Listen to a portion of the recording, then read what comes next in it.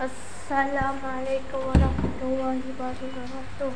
Okay, hari ni saya tunjukkan Ica baru kena bedah sebab dia akan mandul, tidak akan lahirkan anak lagi. Sebenarnya rahim tak kena ambil. Dia baru siap masuk pagi tadi. Tak kesan dia. Dia kena duduk dalam sangka ni selama 2 minggu. Tak boleh keluar. Kalau dah 2 minggu dia baru boleh keluar. Dia tak boleh keluar. Dia kena seorang je kat sini.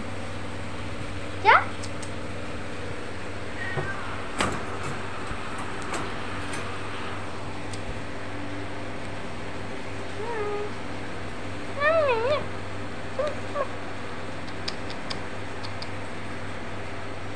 Bye.